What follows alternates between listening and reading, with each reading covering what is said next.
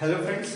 तो आज हम सेकेंड लेक्चर प्रकाश के परावर्तन तथा अपवर्तन के स्टार्ट करने वाले हैं। फ्रेंड्स, एक बार रिवीजन कर लें कि पिछले क्लास में हम लोगों ने क्या क्या देखा था। सबसे पहले हमारे मन में एक सवाल आया था कि प्रकाश क्या है, जिसका जवाब हमने ढूंढा। फिर वहीं से एक नए सवाल आए थे कि ऊर्जा क्या है और ऊर्जा के कौन कौन से अलग अलग रूप हैं जो हमारे आसपास होते हैं और उसका हम इस्तेमाल करते हैं। उसके बाद फिर सवाल आया था कि प्रकाश किस प्रकार हमारी आंखों को किसी वस्तु की अनुभूति प्रदान करता है, और इन सारे सवालों का जवाब हमने पिछली क्लास में ढूंढा था। फ्रेंड्स, इस क्लास में हम लोग प्रकाश स्रोत के बारे में समझने वाले हैं। सबसे पहले देखिए कि आपने अगर अपने आसपास अनुभव किया होगा, देखा होगा, तो आपको अलग अलग चीजों से प्रकाश निकलती हुई दिखी होगी। जैसे सबसे पहले हमारे दिन में जो हमें प्रकाश मिलता है वो सूर्य से मिलता है, और भी अलग अलग स्रोत हैं जिससे हमें प्रकाश मिलता है। जैसे बल्ब से भी हमें प्रकाश मिलता है, चंद्रमा से भी शाम के समय या रात के समय में रोशनी आती है, तारों से भी रोशनी आती है, दिया, लैंप, जुगनू, इन सब चीजों से हमें प्रकाश आते हुए दिखता है।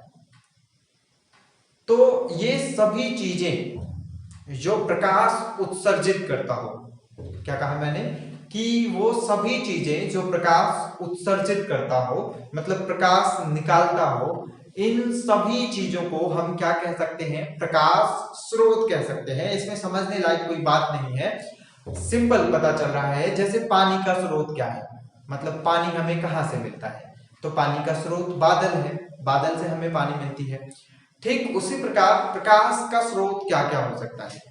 अभी हमने देखा कि प्रकाश का स्रोत क्या क्या है। तो फ्रेंड्स, ये हमारे टॉपिक आज चलने वाले हैं। किसके बारे में हम पढ़ने वाले हैं? प्रकाश स्रोत के बारे में, सोर्स ऑफ लाइट के बारे में। तो क्यों ना हेडिंग डाल दें।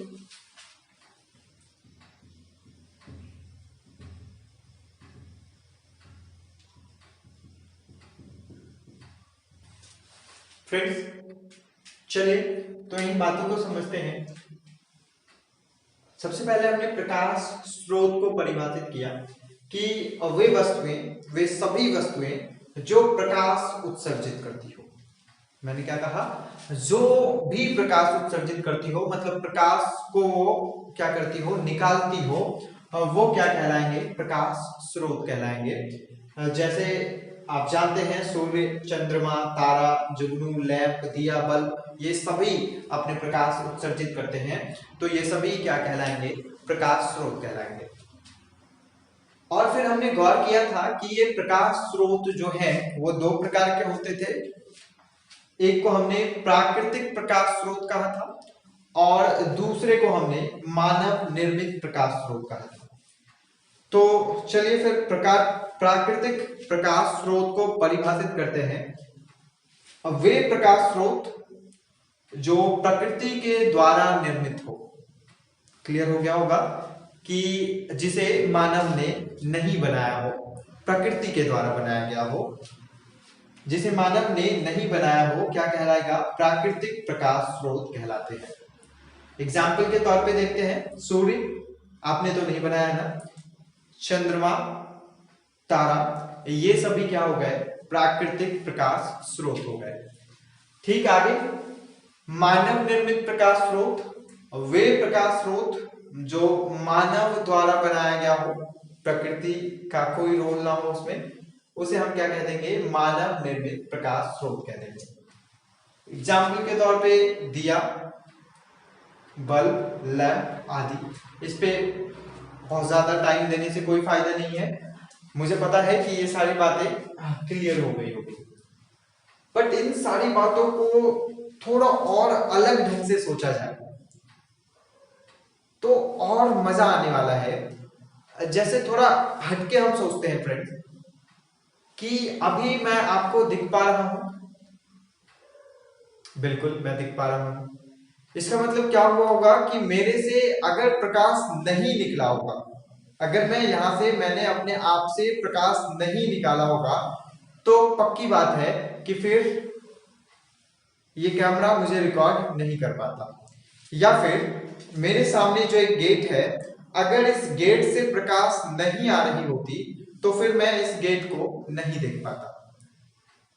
मतलब प्रकाश तो उत्सर्जित इस गेट से भी हो रही है, इस दीवार से भी प्रकाश उत्सर्जित हो रही है। तो क्या ये भी प्रकाश स्रोत हो गया? मैंने क्या कहा फ्रेंड कि हमने अभी डेफिनेशन लिखा था वे वस्तुएं जो प्रकाश उत्सर्जित करती हो।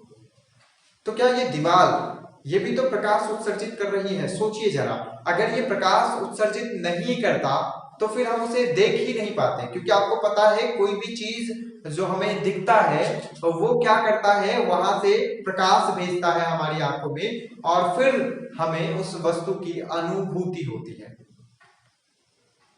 तो फ्रेंड्स कहीं ना कहीं तो गड़बड़ है।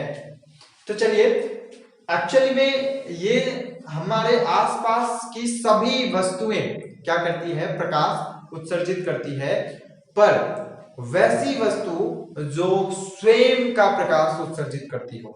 अभी ये गेट या फिर ये दीवार स्वयं का प्रकाश उत्सर्जित नहीं कर रही है, ये इन लाइट्स से जो प्रकाश आ रहे हैं उसका प्रकाश हमारी आंखों में भेज पा रही है। तो हम एक बार इस डेफिनेशन को करेक्ट कर लें। प्रकाश स्रोत हम किसको कहेंगे? वे वस्तुएं जो स्वयं का प्रकाश उत्सर्जित करती हो वही कहलाएगी प्रकाश स्रोत। आई होप क्लियर हुआ होगा। तो फिर यहाँ पे एक करेक्शन करना है, वे वस्तुएं जो स्वयं का प्रकाश। तो आई होप इस कंफ्यूजन से आपका एक बहुत बड़ा डाउट क्लियर हुआ होगा और एक बहुत ही इंटरेस्टिंग तरीके से आप इन चीजों को समझ पा रहे होंगे। तो फ्रेंड्स इसको नोट करते हैं।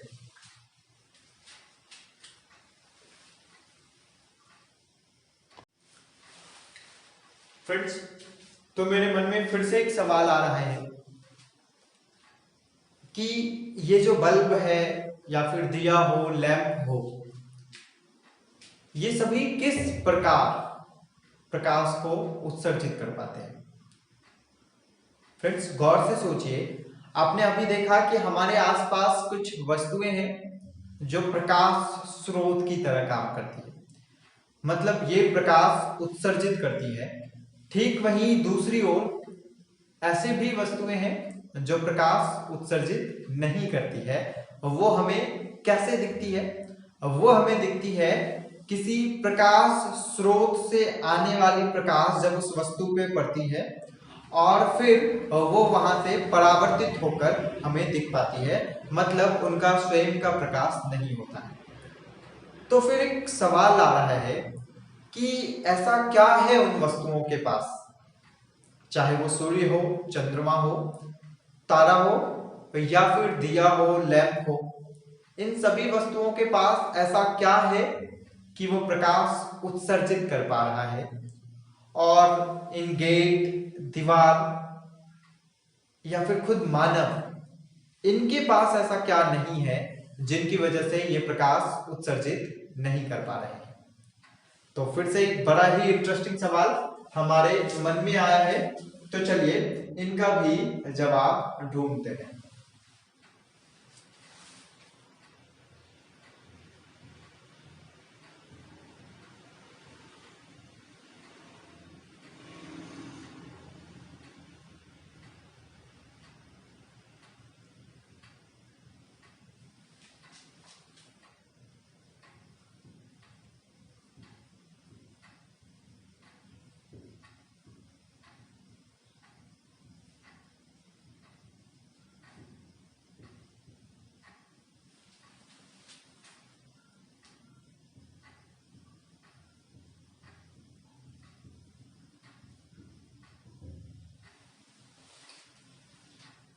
तो फ्रेंड्स चलिए बड़ा ध्यान से सोचना होगा कि ऐसा क्या है इन सभी वस्तुओं के पास जो ये प्रकाश को उत्सर्जित कर पाते हैं और हम इन प्रकाश को उत्सर्जित नहीं कर पाते हैं।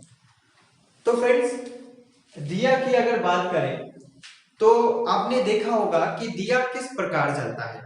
दिया के अंदर हम तेल डालते हैं, दिया और लैंप दोनों की बात कर रहे हैं, इनके अंदर हम एक तेल डालते हैं और उस तेल की जलने की वजह से क्या होता है, दिया प्रकाश करता है।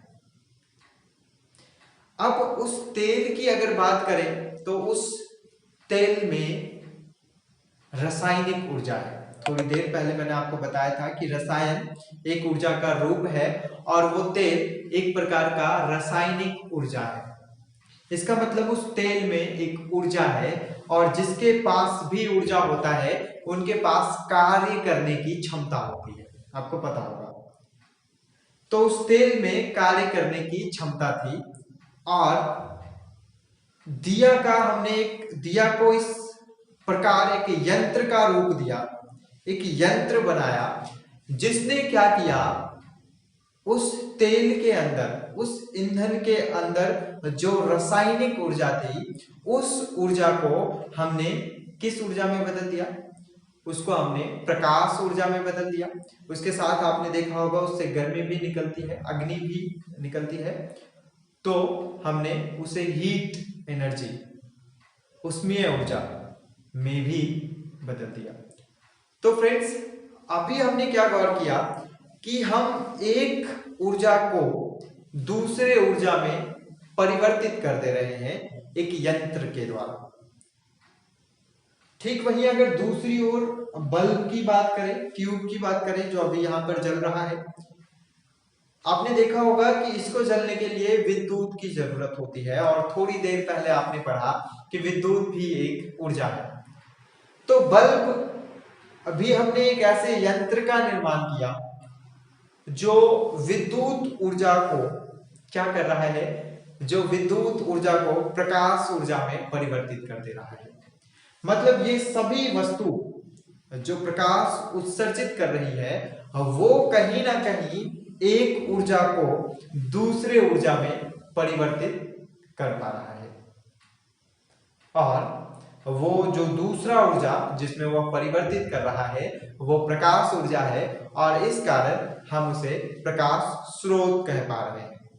तो फ्रेंड्स, क्लियर हो गया होगा कि दिया हो चाहे बल्ब हो या फिर कोई भी प्रकाश स्रोत हो, वो एक यंत्र की भांति कार्य कर रहा है जो एक ऊर्जा को दूसरे ऊर्जा में परिवर्तित कर रहा है। क्या अगर उस तेल के पास ऊर्जा नहीं होता तो फिर दिया जल पाता? बिल्कुल नहीं।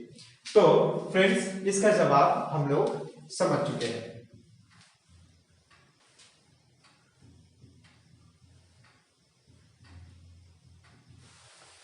तो फ्रेंड्स, इसका जवाब मैंने क्या लिखा कि ऐसा क्या है इनके पास, ये किस प्रकार प्रकाश उत्सर्जित कर पाते हैं। तो ये सभी वस्तु ऊर्जा के एक रूप को दूसरे रूप में परिवर्तित कर पा रहा है क्योंकि ये एक यंत्र है। इसे हमने एक यंत्र का रूप दिया है जो एक रूप से दूसरे रूप में परिवर्तित हो रहा है। तो फिर से एक सवाल आ रहा है किसके बारे में, कि आपने सूर्य को क्यों छोड़ दिया। सबसे बड़ा जो स्रोत है हमारे लिए ऊर्जा का, उसकी क्या कहानी है, वो किस प्रकार प्रकाश को उत्सर्जित कर रहा है। तो ये एक बहुत डिटेल है, हम आपको जब ऊर्जा के बारे में पढ़ाएंगे तब हम आपको बताएंगे। अभी बस इतना समझ लीजिए कि सूर्य के अंदर भी एक ईंधन है। कौन सा ईंधन है? हाइड्रोजन गैस है उसके अंदर, और उसी हाइड्रोजन गैस के कारण उससे क्या हो रहा है, ऊर्जा उत्सर्जित हो पा रही है। इसके बारे में हम लोग डिटेल में पढ़ेंगे। तो अभी तक शायद हम कहानी को क्लियर कर पा रहे हैं कि किस प्रकार कोई वस्तु प्रकाश को उत्सर्जित करता है। तो ये फिर नोट करें।